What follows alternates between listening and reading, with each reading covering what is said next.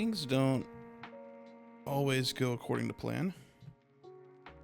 For instance, that cable falling when I sat down in this chair. Didn't plan that, but it happened.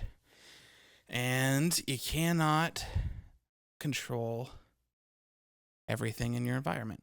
In fact, the only thing we can control, quite frankly, is our reaction to the things in our environment. And that's something that I had to really learn because I wanted to control everything. I was very manipulative, and it was a trauma response for sure. And it was manipulation. And I would measure out people's feelings. I would pay attention to just like micro expressions is what I was trying to say. I would pay attention to micro expressions. And it's funny because anxious attachment is kind of a superpower in like the saddest way possible. If you are an anxious, my fellow anxious attachers, I'm going to say it that way. My fellow anxious attachers, you kind of have a superpower, and it's not a fun one. You don't get to fly. You don't get to transport. You don't get to levitate or read people. Well, kind of get to read people's minds. You really get to try to read people's minds. That's for sure. But your superpower is you are capable of telling the slightest shift in energy, most of the time towards the negative. If someone is even beginning to think about pulling away, you know it. If there's a slight whisper in the wind that something's not okay, you know it. Before it even hits your ear, you know it. And it sucks, honestly. Like, it is not fun to be like, oh, they're going to pull away. And they're like, no, not pulling away. And a few days later, they're gone. And you're like, I knew it. I knew you were going to pull away.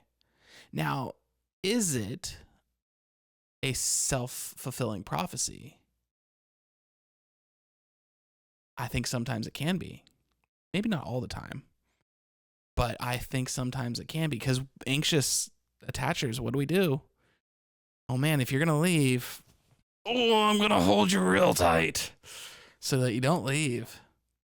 And if you are in a relationship with an avoidant, that dynamic is going to kick your ass because the second you pull them in, are going to be like, get me out of here.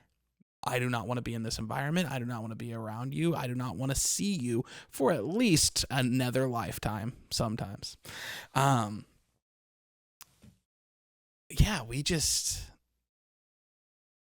we freak out because we can sense the shift in the energy. And so here, my anxious attachers, this is some hard truth, okay? Sometimes that shift has nothing to do with you or the relationship, but because of our reaction to it, sure is about the relationship now. So we can take these situations that would have never been situations and actually make them devastating to our relationships because we cling so tightly to the thought of they might leave us. So I gotta get my closeness in, rather than, because, okay, I'm speaking from my perspective here. I'm speaking from my eyes as an anxious attacher, I am also a Enneagram 9. And that comes with I sense you pulling away.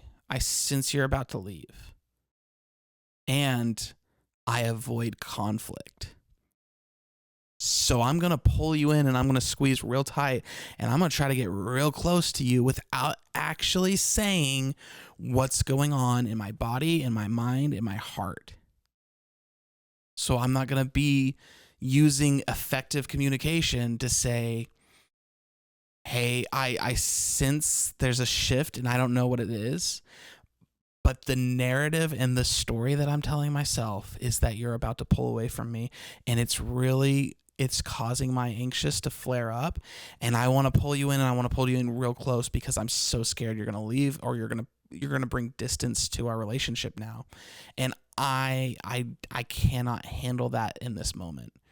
And rather than have that conversation, we just grab and cling. And then what was probably not even about our relationship now becomes like, oh my gosh, I have this whole work thing that I'm stressed out about. And my loved one is like suffocating me with attention right now. I can probably handle and deal with the relationship before I can handle and deal with the work. So that's going to get taken care of first. So now what was not even in their radar is the prioritized conversation. And that's how it becomes a self-fulfilling prophecy. So can we take a step back and can we learn the skill of effective communication? Can we learn to just bring in a transparency? And you kind of got to be careful with this because you don't want to just like open up your skull and let them into your brain 1,000% of the time. You can barely handle that. They're not going to be able to handle that. So when I say transparency, you have to choose the necessary truths. And I'm not saying like tell white lies. I'm not saying like omit things. I'm saying, is this truth applicable in this situation? Is the reason why I'm wanting to pull you in and cling real tight and like kind of suffocate myself with your attention right now, is it because I sense this distance that's showing up? And if that's the case, then my transparency is, hey, I'm starting to freak out a little bit. And you can approach that in a disarming way by submitting to them, hey, you might have already noticed this, but I'm needing a little bit more attention than I normally need right now. And I'm needing that attention because I sense that there's distance growing between us. I feel a disconnect. Or I fear there's going to be distance between us. And so my preemptive attempt at this is to get ahead of it and create closeness and have an honest conversation, because that invites them into a space where they can tell you what's going on in their head. And sometimes we have a hard time saying what's going on in our heads. Sometimes we don't even know. If you're like me, I didn't know what was going on in my head for a long time until I started to learn the verbiage and learn the tools around communicating my feelings, or in my case, being aware of my feelings, to even be able to communicate that. And so if we learn this way of effective communication and we give ourselves space Someone's calling me. Yeah, it's okay. They can wait. And we learn this space, or learn this superpower of creating space for each other, to be able to say, this is what's going on inside of me, and I don't know what to do with it. That now opens up the space and invites them in to bring clarity. It invites them in to bring their side of the story, and it can help debunk the lies that are going on in our heads. And so I say, I fear that there's going to be distance between us, and I don't know what to do with that. Then they now have permission and have an invitation to say, oh, I might know what you're talking about, and this is what's going on at work, and I am in a whole other space now in my head, and it's all I think about. So when I'm with you, I'm not actually here, I don't think. And that brings clarity for me, and it calms my nervous system down, and it silences the lies that they're pulling away because of me. Now I know, oh, there's something else going on. Now you have the opportunity to show up for them in a space that they need, because maybe they need containment. Maybe they need to talk about it and not have a fix for it, but to just be able to listen. And we need that more than we admit we need it, honestly. And so you see where the partnership comes in now. And it's like, this was a conversation where I said, this is what's coming up for me. This is how I'm feeling inside in my body. I don't know what to do with it. Being vulnerable and saying, like, I don't know what I need. And it's okay to not know what you need, as long as you voice that and not pretend that you know what you need and it's not actually what you need. Sometimes we don't know what we need and we say that we need space, which isn't entirely always the case. Sometimes you just need someone not to talk. There's many times in my life that I went through some hardships, and having someone there that didn't say a word meant everything to me and helped me in ways that the perfect poetic words would have never helped. I didn't need that. I needed silence, but I needed a body nearby. And so when we can step in and look at each other in their face and say, I don't know what I need, gives them an opportunity to suggest things. Well, and it's best to, if you are on the other side of this, if you're sitting across from your loved one and they're saying, I don't know what I need, the best thing you can do is say, may I submit some ideas, and let them tell you if they're open to ideas. Sometimes even that statement of I don't know what I need is just a containing statement, and they don't want you to try to fix it.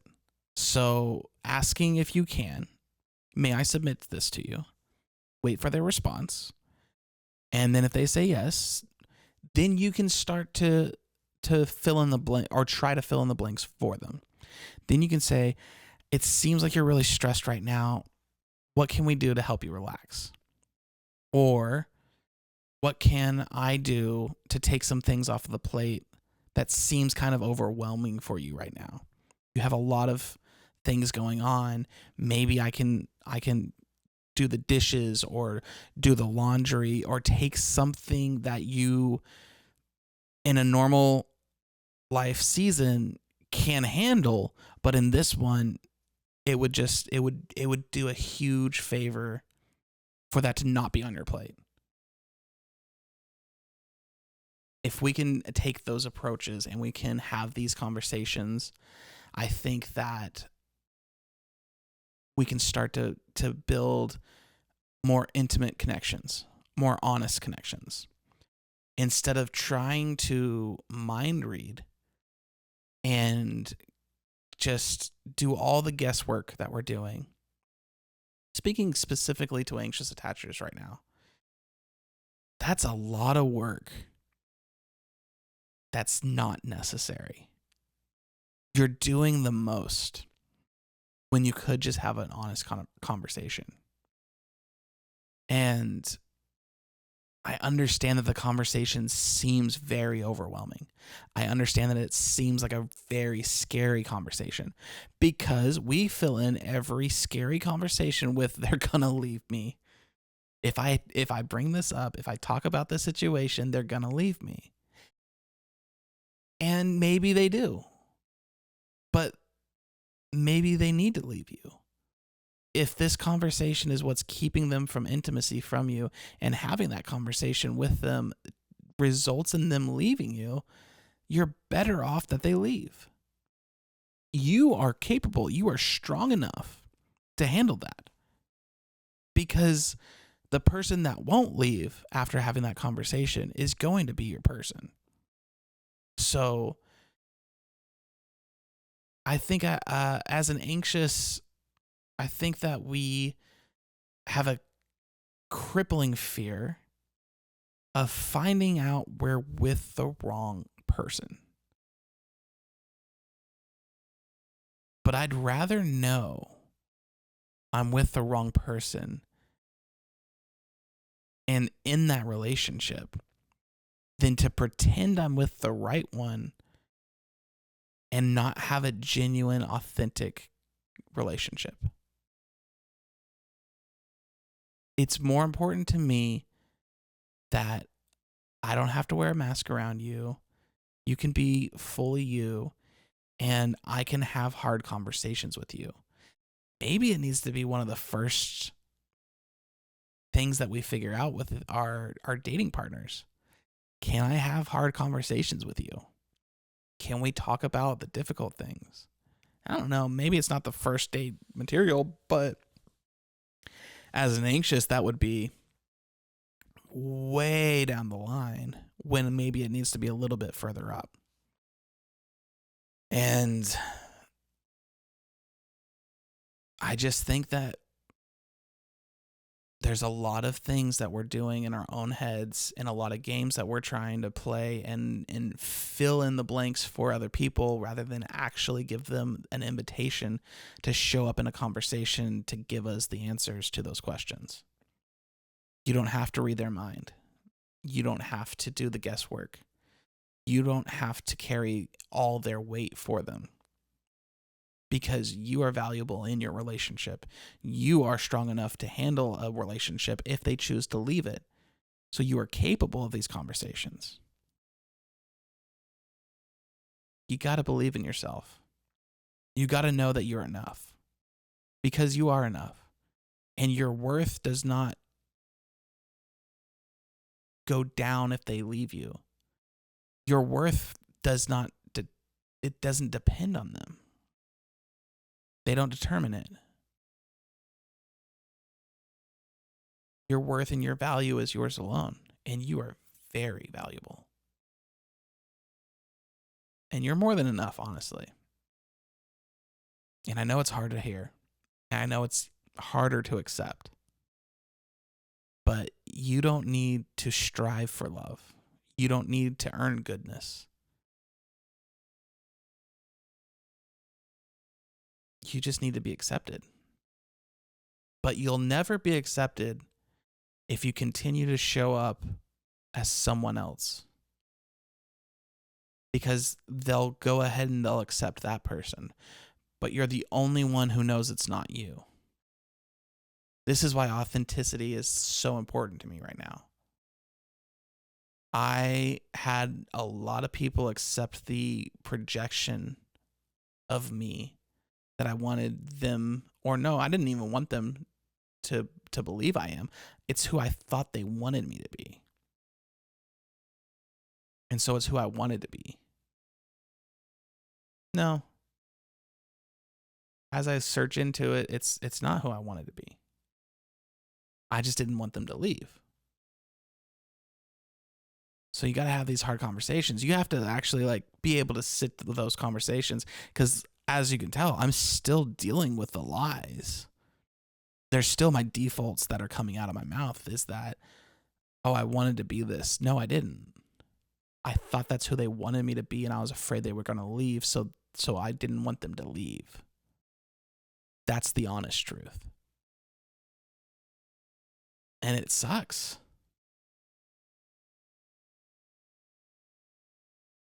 But if we're going to risk our heart, I think it's well worth it. Because I think you're worth it. And we need to start to believe that we're worth it. When that happens,